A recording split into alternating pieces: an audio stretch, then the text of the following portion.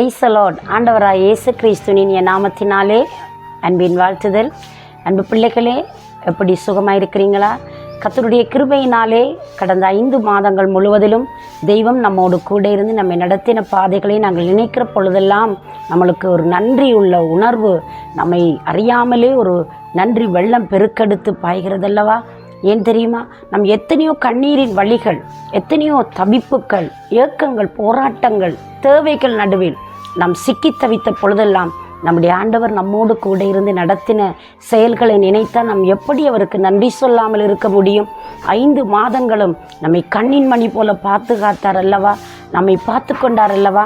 நம்முடைய தேவைகள் மத்தியிலும் நாங்கள் சோர்ந்து போகாதபடி, தளர்ந்து போகாதபடி நம்முடைய ஆண்டவர் நம்மளுக்கு தைரியம் கொடுத்து நம்மை ஆசீர்வதித்தார்.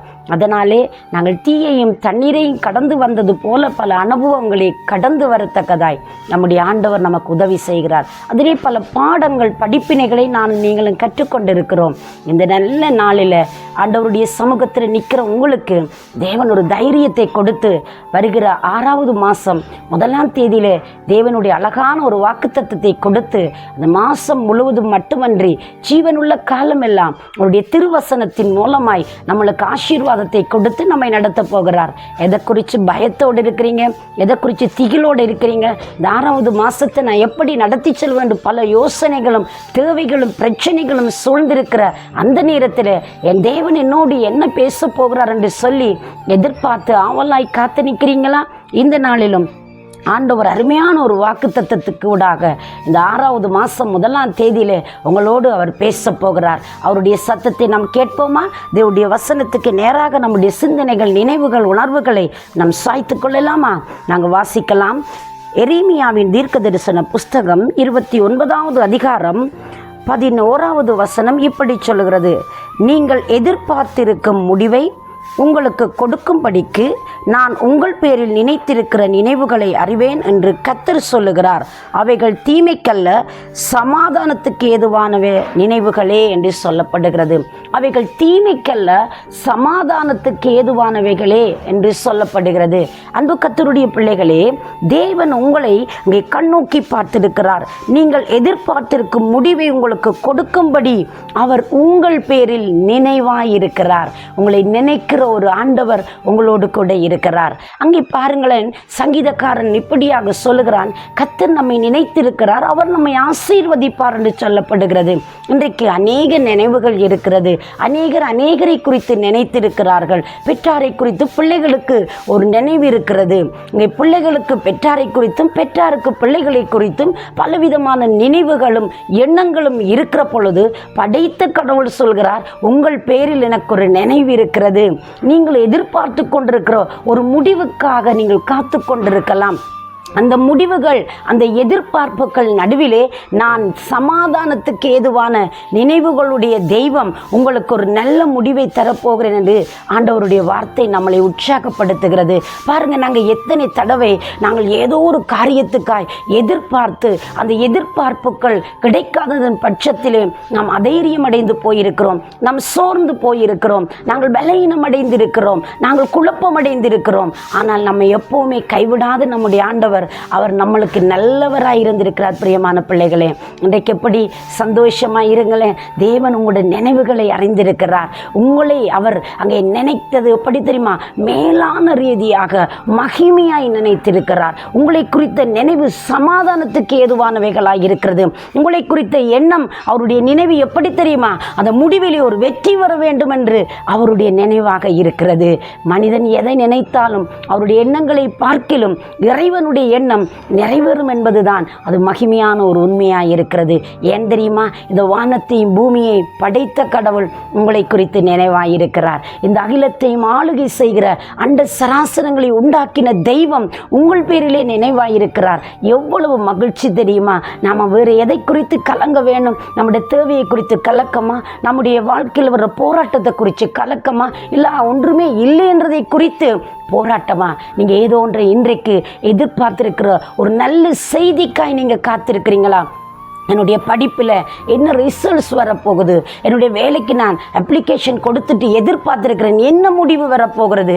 ஒருவேளை வியாதியின் கொடுகுறத்தினாலே வேதனையோடு கூட ஐயோ எனக்கு இந்த செக்கப் எல்லாம் முடிஞ்சுதே, இந்த முடிவில் என்ன ரிசல்ட்ஸ் வரப்போகுதுன்னு சொல்லி நீங்கள் எதிர்பார்த்து கொண்டிருக்கிறீங்களா? அது தீமைக்கு ஏதுவானவைகள் அல்ல. இந்த 6வது மாதம் 1ஆம் தேதியிலே ஆண்டவர் சொல்லுகிறார், அது தீமைக்கு ஏதுவானவைகளாய் வரப்போகிறது இல்லை, நன்மைக்கு ஏதுவானவைகளாய் வரப்போகிறது. அது நன்மைக்கு ஏதுவானதாய் வரப்போகிறது.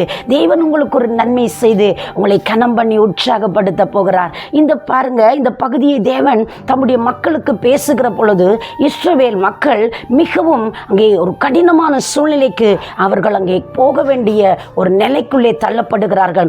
பாபிலோன் என்கிற தேசத்துக்கு 70 வருஷம் அவர்கள் சிறையாக போகிறார்கள். அந்த சிறையிருப்புக்கு பிற்பாடு அவர்கள் அந்த துன்பங்களை அனுபவித்து திரும்பி வருகிற பொழுது தேவன் வாக்கு கொடுக்கிறார், நீங்கள் எதிர்பார்த்திருக்கும் முடிவை நான் உங்களுக்கு கொடுக்கும்படிக்கு நான் உங்கள் பேரிலே ஒரு மகிமையான நினைவை வைத்திருக்கிறேன். நீங்கள் எதை இழந்து போயிருக்கிறீங்களோ, எதை நீங்கள் தோற்று போனீங்களோ, எதில் நீங்கள் வெற்றி காண முடியலை, ஐயோ எனக்கு அடிமைத்தனம், எனக்கு வேதனை, எனக்கு துக்கம், வந்த வியாதியை நீ சாகடிக்க போகிறது என்று சொல்லி நீங்கள் பயத்தோடு கூட இருக்கலாம். பயப்படாதிருங்கள். இந்த வேதனைக்கு பின்னால உங்களுக்கு ஒரு அற்புதம் இருக்கிறது. அது சமாதானத்துக்கு ஏதுவானவைகளாக இருக்க போகிறது. பிரியமான பிள்ளைகளே, அநேக தேவ மனிதர்கள் தங்களுடைய வாழ்க்கையில் அவர்கள் தோற்று போன என்று சொல்லி மனம் அதைரியப்பட்டு அடுத்த வினாடியிலே தேவனுடைய ஆசீர்வதிக்கிற அணைக்கிற கரங்களை நாங்கள் பார்க்கக்கூடியதாக இருக்கிறது. வேதத்திலே யோசேப்பு என்கிற தேவ பக்தனை குறித்து நாங்கள் தியானம் பண்ணலாம். யோசேப்புக்கு தேவன் ஒரு தரிசனம் வைத்திருக்கிறார், தேவன் ஒரு நோக்கம் வைத்திருந்தார். யோசேப்பை குறித்து தெய்வத்துக்கு ஒரு நினைவு இருந்தது. அவருடைய எதிர்காலங்கள் மகிமையானவைகளாய், ஒரு அதிகாரம் உள்ளதாய், ஆட்சி செய்யக்கூடியதாய் அவருடைய சிறு வயதிலே தேவன் அவரோடு பேச ஆரம்பித்தார். கிட்டத்தட்ட 17 வயதிலே சில தரிசனங்களை அவர் கொடுத்தார். கிட்டத்தட்ட 28 வயதுகளிலே அவர் ஒரு அங்கே அதிகாரப்பூர்வமாக அந்த தரிசனத்தின் நிறைவேறுதலை பெற்றுக்கொண்டு ஒரு ராஜரீகமான வாழ்க்கை வாழ்ந்தார். பாருங்கள் அன்பு பிள்ளைகளே, அவர் எல்லாராலும் புறக்கணிக்கப்பட்டார். தாய் இல்லை, தகப்பன் இல்லை, சகோதரங்களே, கூட பிறந்தவங்களே அவரை குழியில் போட்டுட்டாங்க. ஆனால் தரிசனம் ஒரு நாளும் மாறி போகலை, தரிசனம் ஒரு நாளும் மறைந்து போகலை. பிரியமான பிள்ளைகளே, அன்பு கர்த்தருடைய பிள்ளையே, நீ தோன்ற முன்னே, உன்னை பெற்றெடுத்த தாய் உருவாக முன்னமே உன் தேவன் உன்னை முன்குறித்திருக்கிறாருங்கள. உங்களோட தேவன் உன்னை பேர் சொல்லி அழைத்திருக்கிறாருங்க. அவர் உன்னை தாயின் கர்விலே உன்னை தெரிந்தெடுத்திருக்கிறார். இந்த உலகம் உன்னை எப்படி பார்க்கட்டுக்கும் பிரச்சனை கிடையாது. உலகம் உன்னை புறக்கணிக்கட்டுக்கும், உலகம் உன்னை தள்ளிவிடட்டுக்கும், நீ ஒன்றுக்கும் உதவாதண்டி சொல்லட்டுக்கும், நீ ஒரு பலவீனமான பாத்திரம் என்று உன்னை பார்த்து சொல்லட்டுக்கும், உன்னாலே எங்களுக்கு என்ன லாபம் என்று கேட்கட்டுக்கும், நீ யாருக்கும் ஒரு பிரயோஜனம் இல்லாத பாத்திரமாய் இருக்கலாம். உன் தேவனுக்கு நீ பிரயோஜனமான பாத்திரம். உண்மையே உன் பேரிலே அவருக்கு ஒரு நினைவு இருக்கிறது. பிரியமான பிள்ளையே, யோசேப்பை கூட பிறந்த சகோதரங்கள் குழியில் போட்டுட்டாங்கப்பா. அவனை வேணாம் என்று சொல்லிட்டாங்க. எப்பவும் வஞ்சம் தீர்க்க நினைத்தாங்க. தங்களோட தகப்பனிடத்திலே மிகவும் அங்கே நல்ல பேர் எடுப்பதற்காக யோசேப்பை அவர்கள் கொலை செய்வதற்கும் துணிந்தார்கள். ஆனால் தரிசனம் கொடுத்த தேவனோ அவரை இங்கே கைவிடலை. தரிசனம் கொடுத்த தேவனுடைய நினைவுகள் ஒரு நாளும் இல்லாமல் போகல. பிரியமான பிள்ளைகளே, கர்த்தருடைய ஜனங்களே, இன்றைக்கும் தேவன் உங்களுக்கு ஒரு அற்புதம் செய்ய வல்லமை உள்ளவராயிருக்கிறார். அவருடைய நினைவுகள் நிறைவேறும், அவருடைய திட்டங்கள் நிறைவேறும். மனிதனுடைய திட்டங்கள் சித்தங்கள் ஒருவேளை மங்கி அது மழுங்கடிக்கப்பட்டு போகலாம். படைத்த கடவுளுடைய எண்ணமும் ஏக்கமும் நினைவுகளும் நிச்சயமாய் நிறைவேறும். உன்னை குறித்து, உன் சந்ததி சந்தானத்தை குறித்து நீ ஒருவேளை ஏமாற்றத்தோடு தோல்வியோடு உட்கார்ந்து கொண்டிருக்கிறாயா? மனம் சோர்வடைந்து உன் ஊழியத்திலே எல்லாம் இழந்து போய் நிற்கிறாயா? உன் வாழ்க்கையில் எல்லாவற்றையும் தொலைத்து போட்டாயா? உன் அங்கே எல்லாம் நஷ்டமாய் போய்விட்டதா? பிசினஸ்ல தோல்வி அடைந்து போயிருக்கிறாயா? எழுவதற்கு எந்த சந்தர்ப்பமும் இல்லை என்று சொல்லி புலம்பி அழுது கொண்டிருக்கிறாயா? தேவன் உண்மையிலே சமாதானமான நினைவுகளை வைத்திருக்கிறார். கர்த்தர் நம்மை நினைத்திருக்கிறார். அவர் நம்மை ஆசீர்வதிப்பார் என்று சொல்லப்படுகிறது. யோசேப்பை தேவன் நினைத்தார். செய்தார். அரியணைக்கு கொண்டு போய் அரசனோடு உட்காரும்படி செய்தார். அதே யோசேப்புடைய சந்ததி மூலமாய் மகிமையான வேலைகளை செய்து முடித்தார். இன்றைக்கும் அவர் ஜீவிக்கிற கடவுளாய் இருக்கிறார். உங்களுடைய நம்பிக்கை ஒரு நாளும் கெட்டு போகாது. உங்களுடைய நம்பிக்கை, நீங்கள் ஒருவேளை சூழ்நிலையை பார்த்து தீர்மானித்திருக்கலாம், இவைகளெல்லாம் முடிந்து போக போகிறது, இவைகளெல்லாம் செயலிழந்து போக போகிறது, இதனால் எந்த நன்மையை நான் பெற்றுக்கொள்ள போகிறதில்லை, எல்லாம் தோல்வியும் மனதுக்கு வேதனையும் என்று நினைத்து கொண்டிருக்கலாம். உங்கள் தெய்வம் இன்றைக்கு உங்களுக்கு வாக்கு கொடுக்கிறார். சமாதானத்துக்கு ஏதுவான என்னுடைய நினைவுகளை நான் நிறைவேற்றி கொடுக்க போகிறேன் என்பதாக. படிப்பில் சோர்ந்து போயிருக்கிறீங்களா? தம்பி, வாழ்க்கையில் ஏமாந்து போய்விட்டாயா? தங்கச்சி, வாழ்வே உனக்கு வேண்டாம் என்று நீ நம்பினவன் உன்னை கைவிட்டதினால், நீ கைப்பிடித்தவன் உன்னை வெறுத்ததினால் நீ மனம் சோர்ந்து போயிருக்கிறாயா? என் பிள்ளைகளை நான் எப்படி வளர்த்தெடுப்பது என்று சொல்லி மன கிளேசத்தோடு இருக்கிற என் அன்பு தாயே, ஐயோ எனக்கு சம்பாதித்து மீதமில்லையே, வறுமையும் வேதனையுமாய் இருக்கிற என்று சொல்லுகிற என் சகோதரா, இன்றைக்கும் தேவன் உனக்கு ஒரு அற்புதம் செய்கிறார். ஏன் தெரியுமா? ஒரு உன்னை குறித்து வைத்திருக்கிற நினைவு மகா மேன்மையானவைகள். நீ யாராயிருக்கலாம், எப்படிப்பட்டவராயிருக்கலாம், இந்த செய்தி உன் வாழ்க்கையில் ஒரு மாற்றத்தை கொண்டு வரப்போகிறது. இது சமாதானத்துக்கு ஏற்றதான செய்தியாய் உங்களோட வாழ்க்கையில் ஒரு சந்தோஷத்தை, விடியலை கொண்டு வரப்போகிறது. தெய்வத்தை நோக்கி பாருங்கள். இந்த நல்ல நாளிலே, இந்த 6வது மாதம் 1ஆம் தேதியிலே உங்களோட வாழ்க்கையில் ஒரு மாற்றம் வரும். நிச்சயமாக பயப்படாதிருங்கள், தைரியமாய் நில்லுங்கள், உங்களோட வாழ்க்கையை முன்னெடுத்து செல்லுங்கள். உங்களை படைத்தவர் உங்களை குறித்து ஒரு திட்டம் போட்டு வைத்திருக்கிறார். எந்த வேலையை செய்தாலும் ஒரு திட்டமிடுதல், ஒரு வரைபடம் இருக்கும். ஆனால் அவைகளை பார்க்கலும் முன்னே குறித்தே, உன் தாயின் கர்வில் நீ உருவாக முன்னே உன்னை குறித்து நினைவாயிருக்கிறவர் உனக்கு சமாதானத்துக்கேற்ற முடிவை கொடுத்து சந்தோஷப்படுத்துவதற்கும் உன்னை தைரியப்படுத்துவதற்கும் உன் தேவன் வல்லவராயிருக்கிறார். நான் உங்களுக்காக மன்றாடட்டுமா? தெய்வத்தை நோக்கி பார்க்கலாமா?